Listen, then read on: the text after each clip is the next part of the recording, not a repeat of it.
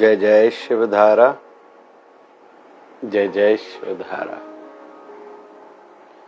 इंसान का चरित्र ही उसे आगे बढ़ाने में सहायक सिद्ध होता है, या जीवन के मुख्य रुकावटों में से जो मुख्य फेलियर के कारण रहते हैं वह एक बड़ी रुकावट है फेलियर की।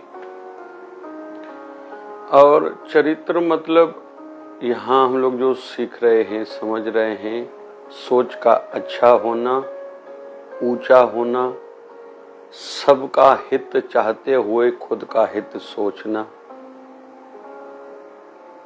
और उसके पैरेलली हम देखेंगे कुछ लोग केवल स्वार्थी होते हैं, झूठ के आधार पर उनका जीवन रहता है, धंधे में मिलावट करना, असली चीज कह के नकली बेचना, घर वालों से भी झूठा प्यार दिखावा करना, सच्चा न होना किसी से भी, जीवन में ऑनेस्टी ना होना, धोखा देने का स्वभाव होना, वायदा करके मुकर जाना, यह सब जिनका चरित्र खंडित है, खराब है, उनके लक्षण हम लोग सुन रहे हैं। जैसे बचपन में ही बहुत से बच्चे होमवर्क अपनी मम्मी से कराते हैं और मम्मी भी उनका होमवर्क करती है, यहाँ दोष दोनों का है।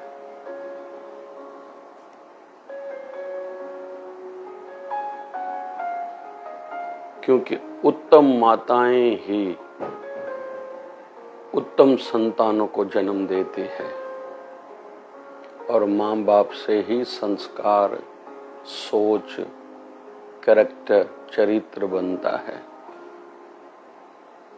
माँ बाप, फिर बड़ा भाई, बड़ी बहन, घर के दूसरे बड़े बुजुर्ग, घर का एटमॉस्फियर, माहौल, वातावरण, इससे इंसान का चरित्र बनता है। जैसे बच्चा झूठ सीखा तो कहाँ से सीखा? बाप ही उसको कहता है, देखो दरवाजा खटखट रहा है, कौन है बाहर? उनको जाके पूछो, अगर मेरे लिए कहें तो उनको कहना पापा नहीं बैठे। जिस लड़की की माँ ही बाजार से शाम को देरी से आती है और कहती किसी को बताना नहीं मैं देरी से आई, मतलब उसने अपनी बच्ची का चरित्र, सोच खराब अभी कर ले। जो बच्ची देख रही है मेरी माँ मेरे बाप से, मेरे दादा दादी से चिल्ला के बात कर रही है, मतलब ऐसा ही होता है, वो इनोसेंट है, मासूम है, वो नादानी में, ना समझी में समझ रही है कि बड़ों के साथ ऐसे ही व्यवहार किया जाता है। तो उस बच्ची का भी चरित्र खंडित यहीं से हो रहा है, सोच खराब यहीं से हो रही है। जिस बेटे ने देख लिया मेरे पिताजी मेरी माँ के साथ चिल्ला के बात करते हैं, दादा दादी के साथ बैठते नहीं, उस बच्चे की वैसा चरित्र, वैसी सोच बनती जा रही है। ऐसी भी मान्यता है कि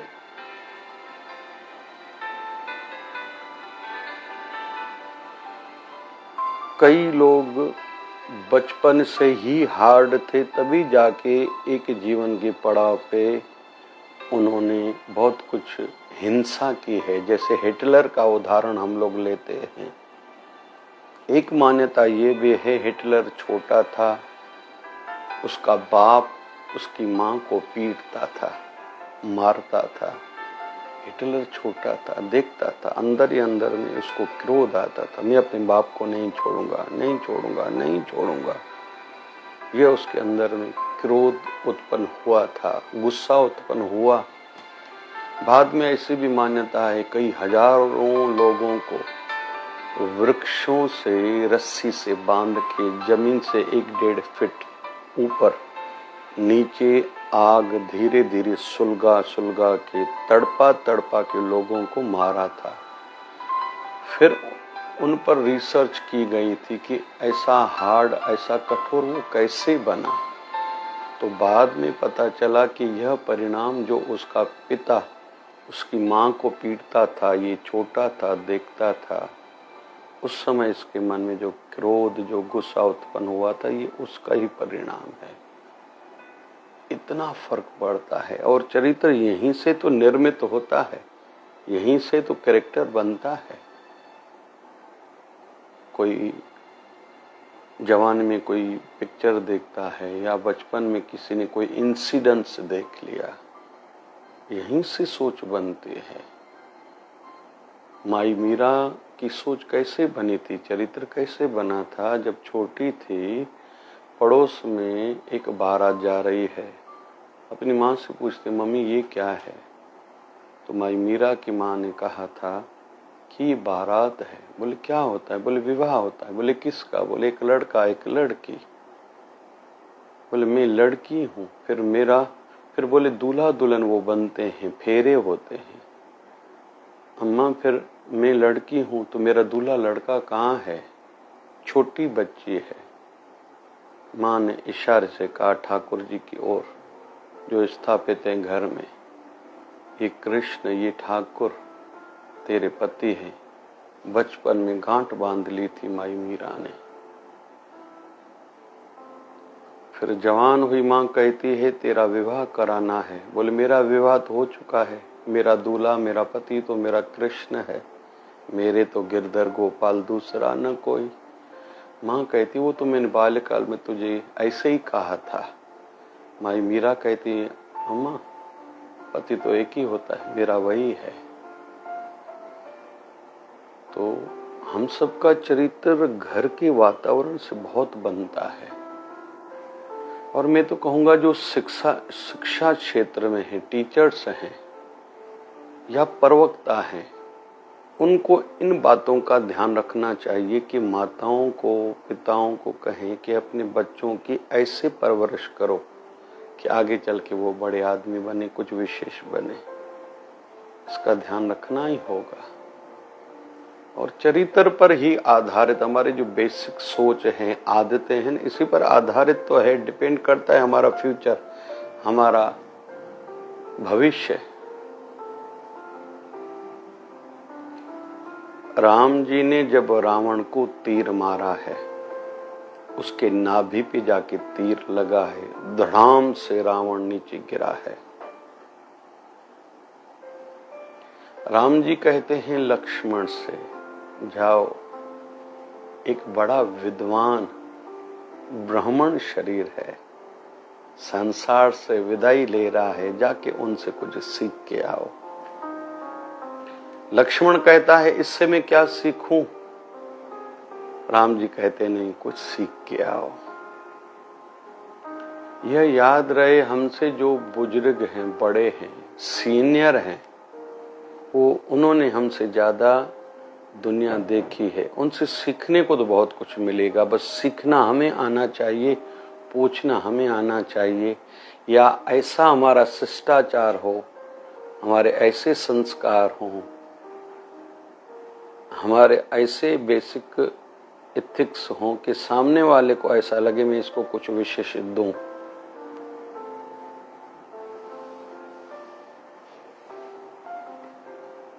लक्ष्मण को अभी समझ में नहीं आया, गया वापस आया, उसने कुछ सिखाया तो नहीं। तुम किस ओर खड़े थे। बोले कंधे की ओर। मैं देख रहा था ये मुंह से कुछ कहेगा। बोले नहीं, तुम सीखने के लिए गए थे।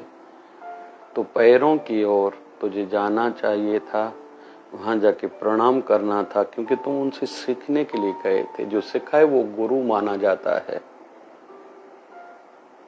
जब तक वह भाव नहीं रखोगे, सामने वाला नहीं सिखाएगा। ये संस्कार ये है, ये चरित्र ही हम लोग सीख रहे हैं। राम जी लक्ष्मण जी को सिखा रहे हैं। लक्ष्मण को अभी समझ में आया, जाके पैरों की ओर खड़ा हो गया, प्रणाम किया। हमारी भारतीय संस्कृति यही सिखाती है, बड़ों के सामने तो तेज आवाज में भी नहीं बोला जाता। जो हमारे पूजनीय हैं, जो हमारे गुरुदेव हैं, संत हैं, साधु हैं, सीनियर है, टीचर है, बड़ा भाई है, बड़ी बहन है, उनके सामने तेज आवाज से नहीं बोला जाता। और बड़ों का भी दायित्व बनता है एक सीमा में, एक लिमिट में छोटों के साथ व्यवहार करे कि वह न ज्यादा उनके सामने बोले, न इनका बड़ों का कुछ चरित्र खराब होना चाहिए कि हम नहीं मानते इन बातों को, हम तो फ्री आदमी हैं, नए युग के आदमी हैं, ये पुराने जमाने की बातें हैं। नहीं, यही चरित्र पर ही तो आधारित है सब।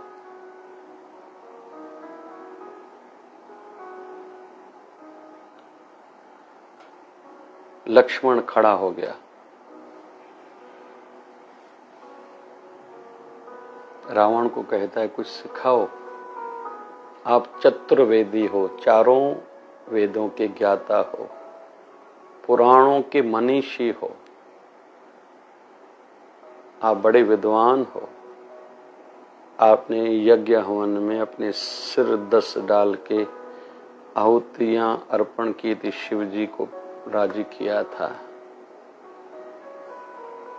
रावण कहता है चलो मैं जब तक बताऊं, तुमने प्रश्न किया मैं उत्तर दूंगा, लेकिन पहले मेरा एक प्रश्न है, तुम उत्तर दो।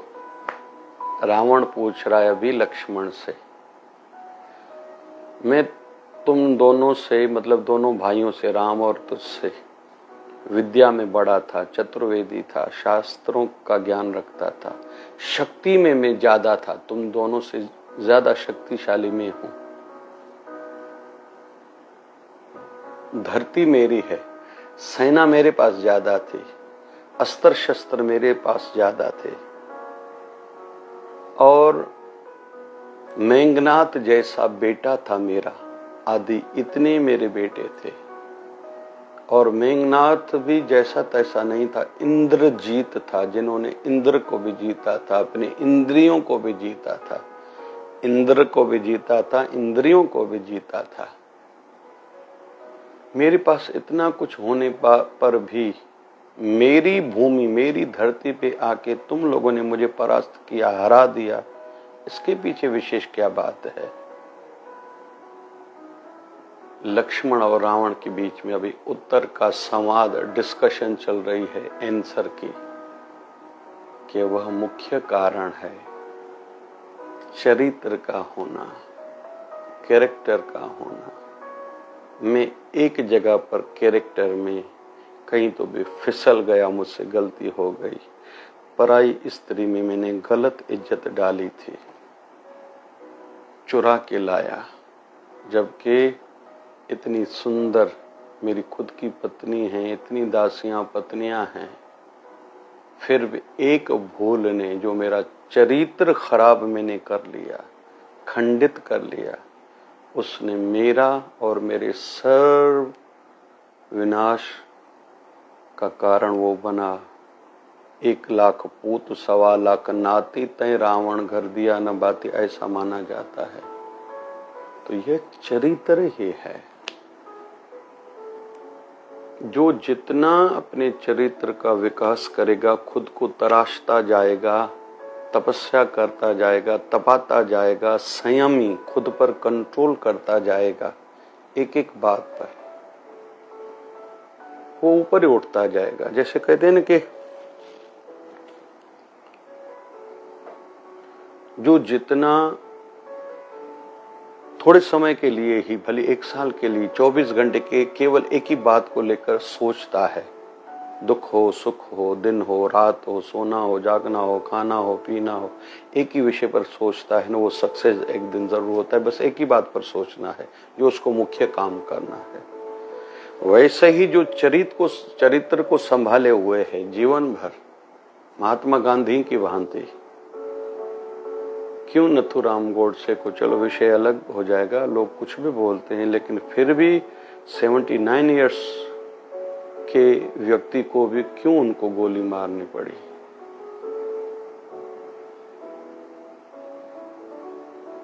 ये उनका मुख्य चरित्र ही था, ऐसा लोग बोलते हैं। हम विवाद में नहीं जाएंगे।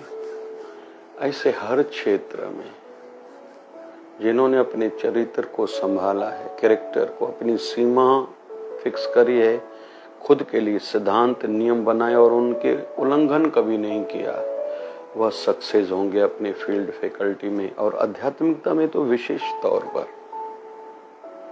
एक व्यक्ति आया हमारे गुरुदेव जी के पास 1008 सदगुरु स्वामी शिव भजन जी भगवान के पास कि हे बाबा, मेरी इच्छा है, कुछ दिनों में मेरा बर्थडे है, मैं अपने लिए 10-12 लाख की कार लाना चाहता हूँ, आप अनुमति दें, आपके लिए भी एक कार नहीं लेके आऊँगा, लेकिन और मेरा एक निवेदन है, हर साल ऐसे ही आप अनुमति दो, मैं आपको 12 लाख वाली कार लेके आके आपके दरवाजे पर खड़ी कर दूंगा, बस एक बार आप अनुमति दीजिए। ये बात होनी चाहिए 80s की, 86-78 की, 1986-78 उस समय की बात होनी चाहिए। तो हमारे गुरुदेव भगवान ने कहा कि मुझे महंगी कारों में घूमने की कोई इच्छा नहीं है, रही बात तुझे कुछ देना है, मुझे कार नहीं उतने पैसे दीजिए, मैं गरीब कन्याओं का हर साल सामूहिक विवाह कराऊंगा। यह चरित्र ही तो इंसान को उठाता है। जितना जितना कोई अपने चरित्र को, सिद्धांतों को, रूल्स को, रेगुलेशंस को ऊंचा अच्छा बनाता जाएगा और उस अनुसार चलता जाएगा, एक व्यवस्थित टाइम टेबल हो, अपने लक्ष्य पर नजर हो, लक्ष्य पर रोज काम करना हो, फिजूल की बातों से खुद को बचाना हो, फिजूल के लोगों से खुद को बचाना हो, चाहे स्टूडेंट हो, चाहे गृहिणी हो, चाहे धंधे वाले भाई हो, चाहे नौकरी वाले भाई हो, मुझे ज्यादा काम करना है, अच्छा काम करना है, क्वालिटी देनी है, वो ऊपर उठेगा ही। धंधे वाला भाई अपने कर्मचारियों का, अपने सहयोगियों का ध्यान रखे, अपने ग्राहकों का ध्यान रखे, दूसरों का हित पहले सोचे, खुद का हित बाद में, वो ऊपर उठेगा ही। आध्यात्मिक यात्री, मेरा भजन बढ़े, मेरा ध्यान बढ़े, मेरा अपने गुरुदेव से, ठाकुर से प्रेम बढ़े, रोज ज्यादा समय तक बैठूं ध्यान में, पूजा में, आरती भाव से करूं, भोग प्यार से लगाऊं, उनको पुकारूं, बुलाऊं, तो एक न एक दिन उनकी आध्यात्मिकता की सिद्धि उनको मिलेगी ही। लेकिन पहले नियम बनाएं, जहाँ से अच्छा कुछ सीखा सुना वो करेंगे, उस नियम पर डटे रहेंगे, एक दिन आध्यात्मिकता की भी सफलता जरूर मिलेगी। इतना आवश्यक है चरित्र को ठीक रखना, अच्छा और ऊंचा बनाना हर क्षेत्र में। जय जय शिवधारा, जय जय शिवधारा, जय जय शिवधारा।